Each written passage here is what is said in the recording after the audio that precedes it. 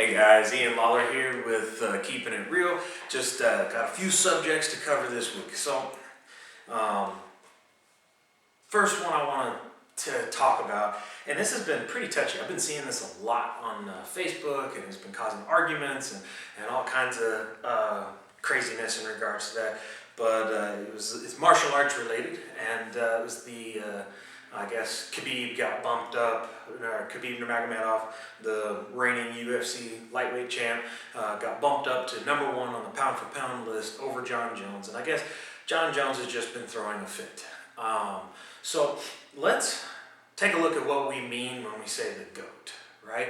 So if you are defending John's standpoint as he's the greatest fighter ever, I would have to agree with you.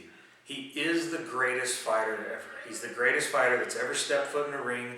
I was doing the math the other day on his cumulative record, and it was like 490 to like 92 or something insane like that. Like, the reality is, even though he has skirted by on some of those by the skin of his teeth, he fought better, tougher, meaner competition. And while that's not Khabib's fault, Khabib fought the cards that were dealt to him, and there's just a different level of athlete at the time when Khabib was still competing. But with that said, that's not what most people mean when they say the greatest of all time. Most people, myself included, and I would like to think that other martial artists share the same set of core values, because you're not a martial artist if you think John's the best of all time. I'm sorry, but you're not. Martial arts is so first off, our Gracie triangle, right? A lot of people don't understand like where the triangle came from. It's the Trinity, the mind, body, and spirit, right? So like in our martial arts program at my school, Somerset Martial Arts, we focus on character with our kids and our adults before we worry about anything else. I tell people regularly at the gym, like, we don't have shitbags here. If you're one of those people that's picking fights at local bars and stuff like that and acting like a fool, you are not welcome at our facility. We don't have no room for egotistical, moronic people, right? We start with character.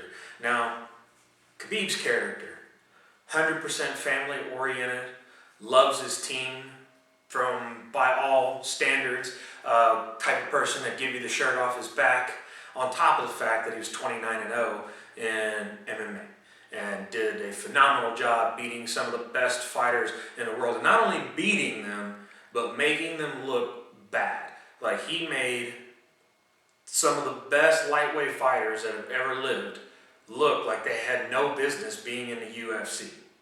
John Jones, even though, again, I think he's the best fighter that's ever lived, he's not got the same understanding from even his fight record.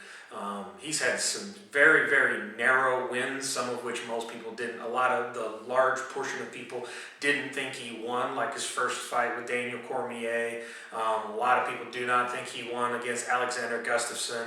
And yes, he came back later and beat both of those guys while using performance-enhancing drugs. So therein lies the other problem. Now we've got an issue with John Jones' character as an individual, because, I'm sorry, he's a lifelong shitbag. Anybody can get in a cage. That's why when people refer to themselves as fighters, like, you'll never hear me say that. I'm a mixed martial artist. I've never one time got on anywhere and been like, I'm a fighter.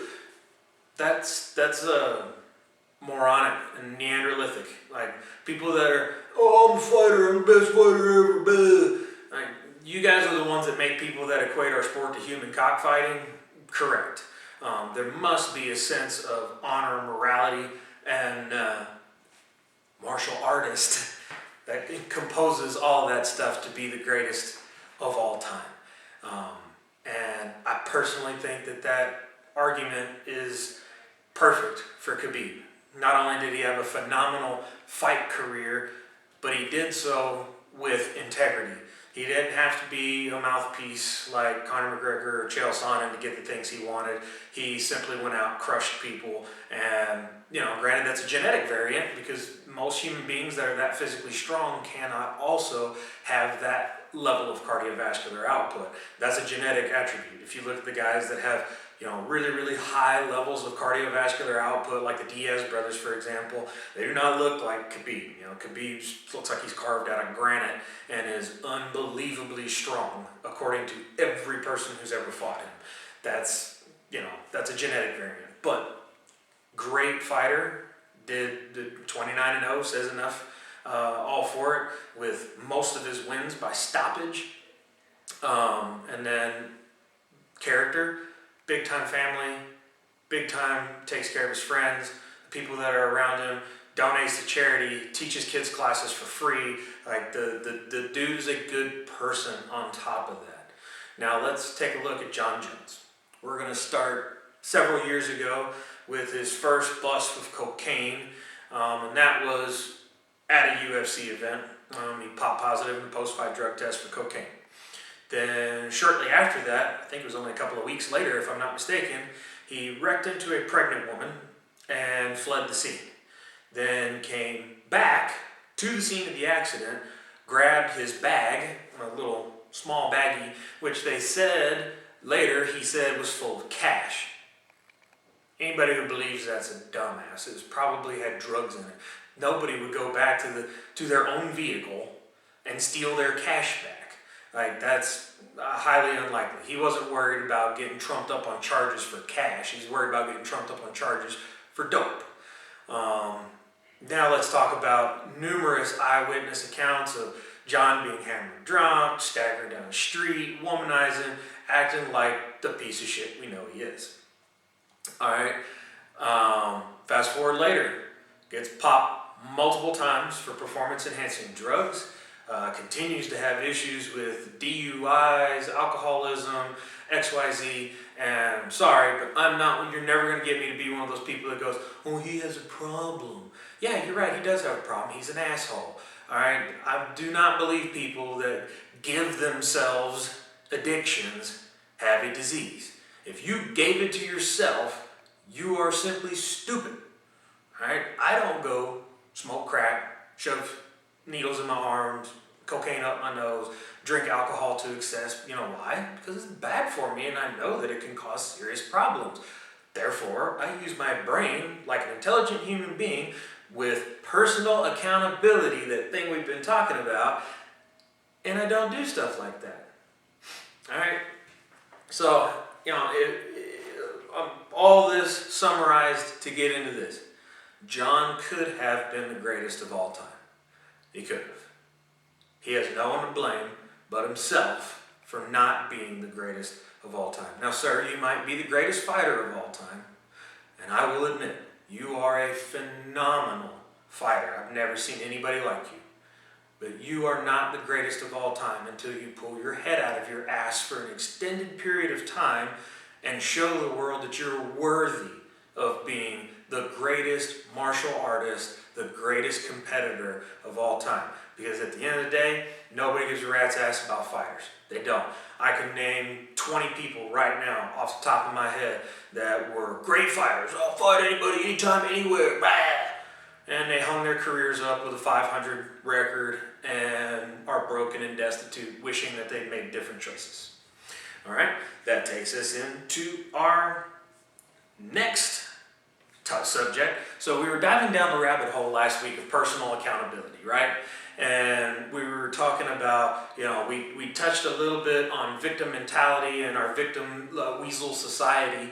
And we're going to dive into that rabbit hole a little bit more.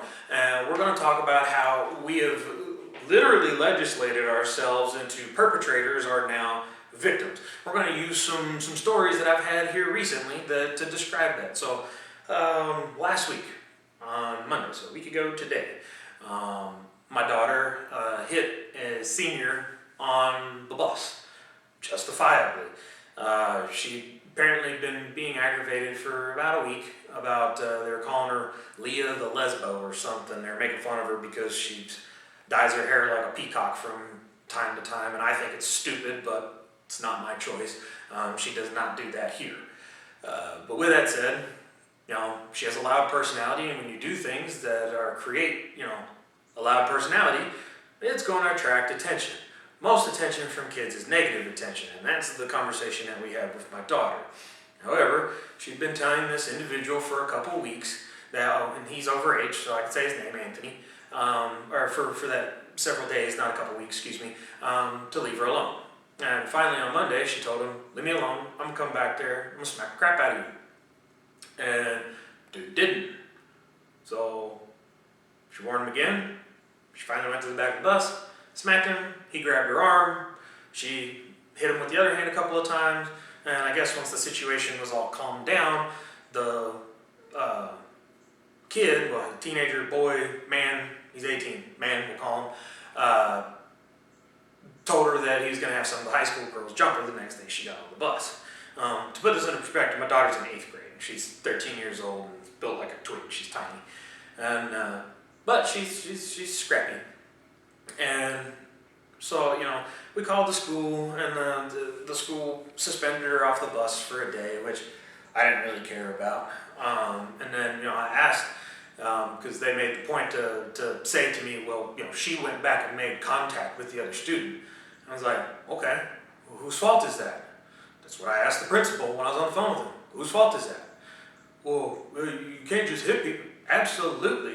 If I tell you to leave me alone a few times, I don't care that I have a professional fighting background and that I'm going to get in a lot of trouble. I'm going to beat the brakes off of you. What happened to people, fearing repercussions? Because they don't anymore. There aren't any. People get to do, say, act however they want to, and if you do anything about it, somehow you're the bad guy.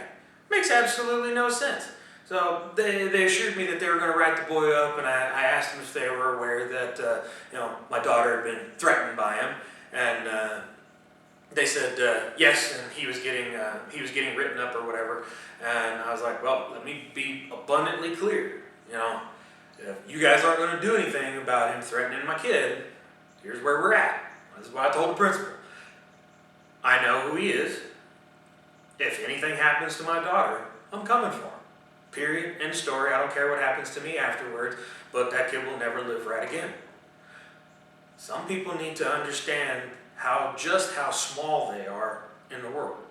You guys, this victim mentality is just, it's absolutely outrageous. And the sad part is our society's totally okay with it. I'm like, so you're okay with your kid or even yourself getting harassed to the point that you're willing to fight about it, and then what? We just stand there and take people's stupidity?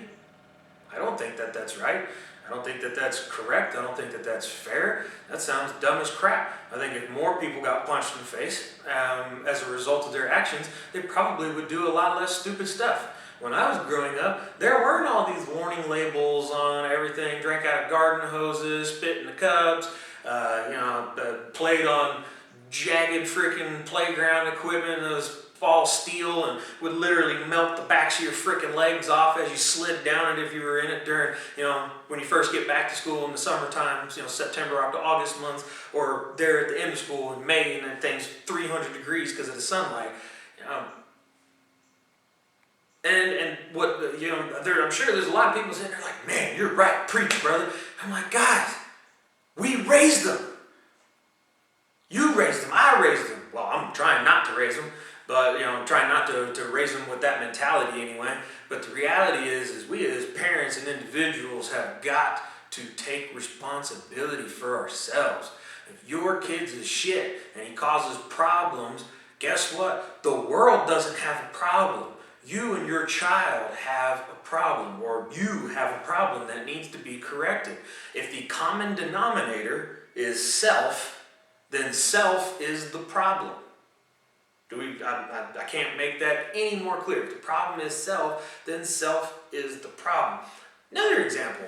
I love, my wife and I, we love going to watch local bands, stuff like that. You would not believe how many just unbelievably talented people there are right here in our little community. From Gravel Switch, give you guys a shout out. My buddy Taylor and Seth's band, and there's a bunch of others. But man, they're very talented individuals, and I love watching people with that level of passion live. Because I've never got to go to a big concert or anything in my life, which I don't really care about it. I don't feel like I'm missing out on anything, but it's still really cool to get to go watch these local bands live, like face to face, and hear their raw music, raw talent. And so I was at a local bar and grill down in Burnside, and my wife and I were listening to who was it? Phil Collins. Phil Collins and the Barflies. Yes, his name is actually Phil Collins. No, it's not the Phil Collins from Journey. Not the same Phil Collins from Journey. Sorry, brain fart. But anyway, and this guy, I later found out his name was Eddie. He's, just wasted. Like, maybe not wasted because he is still up and he's, able to ambulate and stuff like that. But he's quite inebriated and he's putting hands on people and acting a fool, stripping his shirt off, wound up knocking some woman down on the floor that was trying to get him to calm down. And I walked over to their group, and I was, unbeknownst to me, one of them was a sheriff deputy. And I was like, "Hey guys, y'all need to get control of your dude. We all here trying to have fun, listen to his music, good band. Like, let's not ruin this for everybody."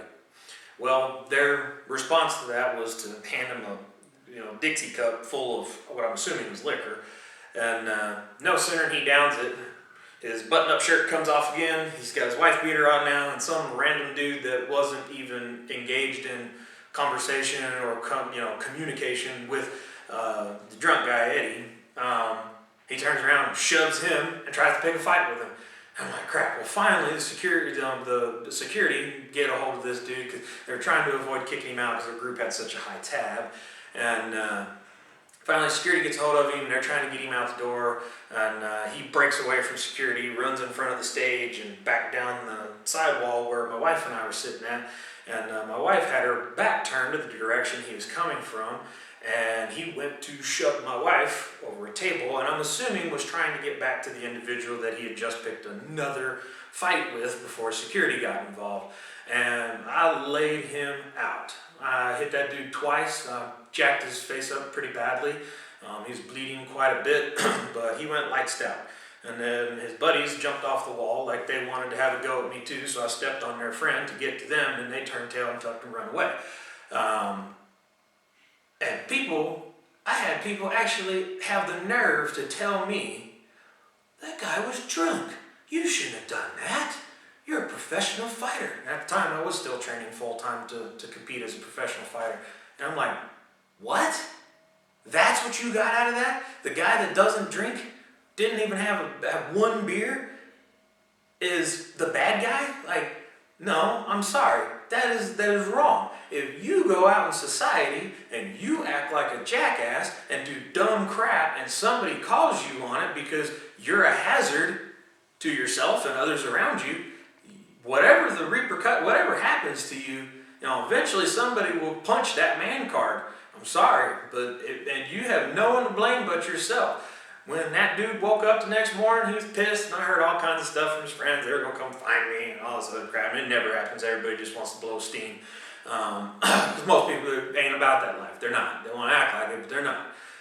And I was like, dude, you were the problem. You created the situation. You went out and got hammered, drunk in public. You put your hands on numerous people that had no conflict with you whatsoever to create conflict, and then you happen to run into the only person that was in the vicinity that was like, nope, not gonna deal with this.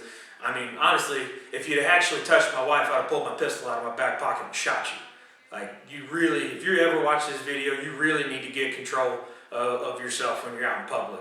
Because, again, if you'd actually made contact with my wife, I'd have shot you. Like, I wouldn't have just hit you. I'd pull my pistol out of my back pocket, blowed your teeth through the back of your head, and call it a day. You don't touch people out in public unless you're willing to have people touch you back. Period. End of story. Personal accountability, folks. We're going to keep preaching on this until somebody gives me an amen. Personal accountability. You are responsible for your outcomes. Period. End of story. You're not a freaking victim. You can be the hero of your own story. Last subject. Voting. I'm not going to tell you who to vote for tomorrow. Honestly, I really don't. Right wing, left wing both belong to the same bird, in my opinion. I think all politicians are equally worthless. But with that said, this is arguably the most important election of the United States history as far as we can tell. Go vote. All right, you have no room to complain about anything going on if you do not exercise your constitutional right. 2, research who you're voting, and research is not freaking Facebook, Instagram, any of that garbage. Call their office. I want to know something like why I'm voting for Brad Barron, for example, Senate here in Kentucky, because he's awesome. Have any of you guys called to check out what his policies are, what his stance are, what are the things he's wanting to push through? You know, he's like the only, out of the 3 candidates running, he's the only one interested in taking money out of politics. He's the only one interested in term limits. He's the only one interested in removal of abortion, whatever that's called. To a degree, he kind of believes abortion very similarly to how I feel about abortion. Not okay with late-term abortion, not okay with partial life abortion. A lot of the hot topic issues that people really hit on, religious freedom, gun control, the stuff that the everyday American's really concerned with, he covers it all and has the best stance possible. And I love it. Freaking Moscow Mitch, been a dirtbag for over 30 years. Like, it's not going to change. You vote for him, you're going to get exactly what you pay for. The dude is a complete scoundrel. He has done absolutely nothing for the state of Kentucky. He's single-handedly helped vote down almost every veteran benefit bill or amendment that's came through the House over the last, since this most recent conflict. That's as far back as I've researched it, but since this most recent conflict began, Amy McGrath is kind of a clown. She says one thing, does a completely different thing, then says that the things that she said wasn't what she said, even though I did, in fact, go listen to the whole radio talk show ad, or the whole talk, or not talk show, radio talk show, the whole interview where she was talking about abortion and stuff like that, and it was exactly what Mitch McConnell said it was. I mean, he did a good job. It wasn't that difficult because she really screwed the pooch on that, but at least she showed her colors before she voted. With that said, call their offices, research them, get on their websites. Do not just go cast a vote and bing, straight ticket down, Democrat, Republican, whatever, because that's what my daddy did and that's what my grandpa did, and rah, rah, rah, rah. That's like the most ignorant thing possible. If you have no idea why you're voting for this person, then how do you have the right to complain about anything they do? Because in essence, you are saying, I 100% support this person to be the candidate for this office, and everything that they say, I agree with. I mean, that's ultimately what you say when you pick somebody. Now, with the presidential election, it might be a little bit different because we really are voting between the worst of the worst. They're both complete scumbags. Do I think Donald Trump will do a better job than Joe Biden? Absolutely. How could you think that a person who, with a legitimate documented case of dementia, has any business whatsoever running this country, and he's already at the average life expectancy of an American? With that being said, he's one of the only presidents in the history of the nation that literally they are not planning for a second term because he's going to die. It's absolutely insane, but you can't in good conscience vote for that. And then Jo Jorgensen, honestly, don't know enough about her. I've tried to get a phone call in. I've sent her Facebook page some messages with some talking points, some bullets, trying to get some information, and I have not been responded to or contacted yet. So, it is what it is. Please, for the love of God, do your research before you go vote. And as always, one last time, like, subscribe, definitely subscribe, share, do the thing. And until next time, we're keeping it real.